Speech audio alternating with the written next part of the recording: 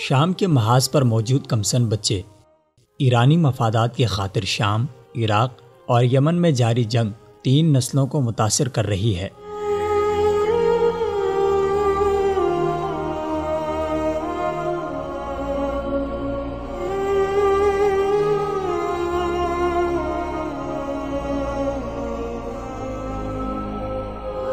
اس جنگ میں جہاں بچے، بوڑھے اور جوان اپنی جانوں سے ہاتھ دھو بیٹھے ہیں، وہیں ان ممالک کی نئی نسل بھی آئندہ آنے والی نسلوں کو تحفے یا ترکے میں جنگ زدہ ماحول اور ذہنیت دے کر جا رہی ہے۔ ایرانی شیعہ مفادات کی جنگ میں کمسن بچوں کا بھی خوب استعمال کیا گیا ہے۔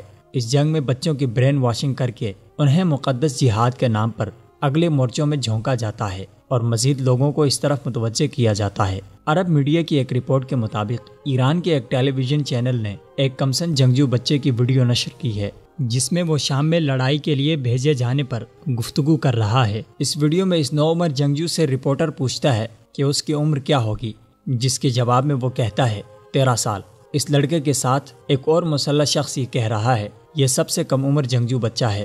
ویڈیو میں دکھائے جانے والے بچے کا تعلق ایران کے شمالی صوبے مازندران سے ہے۔ وہ بتاتا ہے کہ القدس فورس کے کمانڈر جنرل قاسم سلیمانی کی زیر سرپرستی شام میں لڑائی کے لیے آیا تھا اور وہ سرحدی قصبے البو کمال میں داعش کے خلاف لڑائی کے دوران موت کے خطرے سے آگاہ تھا۔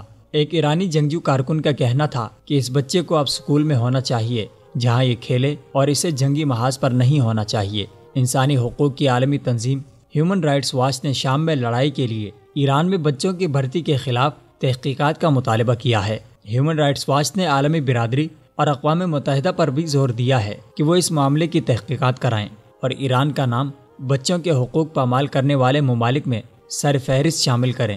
ہیومن رائٹس واچ نے اکتوبر میں جاری کردہ ایک رپورٹ میں بتایا تھا کہ شام میں لڑائی کے لیے ایران میں 14 سال کی عمر تک بچوں کو بھی بھرتی کیا جا رہا ہے۔